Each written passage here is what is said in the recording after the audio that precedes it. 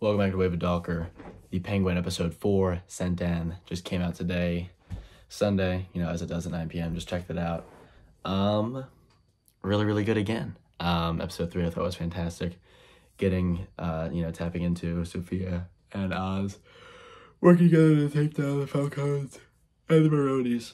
Ends with Oz and Victor abandoning Sophia after the Maroni chick shows up, threatening them about, knowing their whole operation. This episode opens, and I was a little bit split on how to feel about Oz abandoning Sophia. Obviously, because that you had that whole build up of the previous of episode 3, setting up that relationship, like that working relationship of them trying to take down everybody else in Gotham, and then Oz just leaves her. But then, when the Maroni chick confronts him, he obviously, tells all and throws Sophia under the bus, and I'm just like, okay, you know what? Yeah, they probably should be working together. But this was a Sophia episode. I want to focus on her. Taps into her relationship with her father and Alberto. Mark Strong I thought was great as Carmine. Appearance-wise, borderline indistinguishable. The best they probably could have done. Obviously avoiding awful, terrible deepfake. I thought he nailed the appearance. The voice was solid. It is 10 years earlier Carmine, so I guess it kind of makes sense. He's not going to directly be able to channel Turturro's voice, but I thought he did a good job anyways. He was great part of this episode, getting to see Carmine Falcone. Obviously it sucks that Turturro wasn't available, but they made the most of it. I thought Mark Strong gave a strong performance. He was really, really spooky in this, and revealing that it was Carmine who killed all those women. And I think maybe that may have been revealed earlier or just obvious earlier, and I just didn't really pick up on it. But it makes sense knowing the fact that Carmine strangled Ani in the Batman and then strangled Selina's mom. So, I guess his track history kind of... track history. Is that the phrase? Track record. His track record makes sense that he would be the one of the women to murder all those women at the 44 Below. But he frames her, sends her to Arkham, and we get probably the most in-depth peek that we've gotten into Arkham so far. So far, it's only been Bruce's conversations with the Riddler in Arkham, his conversation with the Joker, the deleted scene in Arkham, the Riddler and the Joker's brief interaction, and a few scenes here and there of Alberto speaking to Sophia in prison in Arkham. But this is a full-on, I would say 40% of this episode took place in Arkham. Maybe not that much, 30%. And we got to meet Julian, or more in depth in Julian, because he was the therapist that she was meeting with earlier, and he seems to be he's odd to me. I feel the whole point of Arkham is that it's a very twisted facility. You're not going to have a lot of morally right people working there. You have that Ventress guy, which I think was the main guy, unless I didn't really pick up on the fact that it was somebody else. But they're all kind of there for nefarious reasons. Hugo Strange obviously isn't in this yet. Maybe if he will be eventually, but that's his whole thing. Experimenting on people. But we really got a peek into Arkham and just the crazies that it fosters. Magpie got revealed, which sounds familiar. I meant to look it up, but I think that may be already a DC character. Maybe I'm just making that up, but it sounded very familiar.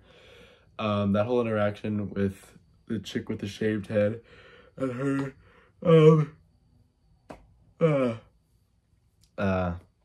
threatening Sophia and then stabbing herself with a fork. I thought that scene was super intense, and then that kind of flipped the switch for Sophia. You killed Magpie and went totally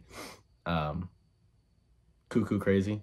The editing in this episode was great again, but especially in the sequence where they kept doing the shock therapy, shocking her, putting her back in bed, and peeling the wall, and then the wall reveals itself to be the room where she saw her mother hanging, and then it cuts to her in the news. I thought that scene was really great. I thought they did a great job just portraying the bleak depravity of Arkham. I thought they nailed that. And obviously the end when Sophia goes to the Falcone estate, gives that rousing speech talking about how she needs a fresh start. And then everybody goes to sleep or whatever, and then she takes her little cousin out to the greenhouse, talking about how her and Alberto used to stay out there, pretending that it was a forest and they would sleep out there, and then she falls asleep with her in the greenhouse. And I was like, okay, this is a little bizarre. But then she leaves, takes out a gas mask, which I didn't realize it was a gas mask until she walked in and I saw that all the people were lying dead. I was like, holy shit. She just gassed all of them. She killed all the Falcons, and that was like her fresh start. So I thought that was super cool. Really curious to see where this goes from here. I saw the preview for episode 5. You know, they're gonna, obviously the focus is shifting back to Oz and Victor, and now their focus changes. Like Oz is saying, Sophia did him a favor, you know, getting rid of the Falcons, and now it's up to the Maronis, or the Maronis are next up. So yeah, I mean, things are progressing. Kristen Milotti gave another fantastic performance. Her Emmy they're already engraving her name on it. Yeah, I mean, not much else besides just a wonderful performance from Kristen Milotti. I thought Mark Strong was great once again. I know there's a lot of hesitancy, you know, the whole Turturro not being available and kind of being bummed out about that. But I mean, I thought he nailed it. You know, if you can't get Turturro, may as well get, you know, another very established and capable actor and make him look almost identical to a Carmine Falcone that would be 10 years younger than he was in the Batman. So yeah, I mean, this show is fantastic. I also got, you know, to the Batman, you know, the Batman universe theme tattoo. So I'm bought in. You know, just had to show it off, you know. But yeah.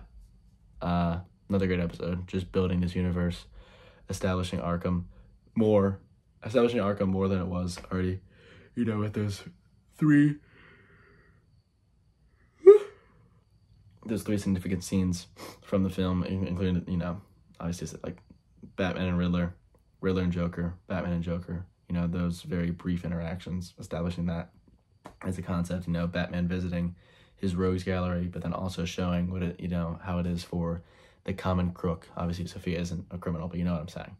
Like, I thought this was a good episode. Great episode. Fantastic episode. They just keep getting better. Like, episode 3 was my favorite. Episode 3 was my favorite so far. It probably still is my favorite, but this one was up there as well. It just keeps getting better. We're halfway through. 4 more episodes left. I'm very excited. The show is awesome. Thank you, Matt Reeves, for creating this universe. Thank you. Oh, what's her name? Lauren LaFranc. That's the showrunner's name, I think. Maybe not. I don't know. I think it is. But I hope you guys enjoyed. Watch The Penguin. Great show. Peace out.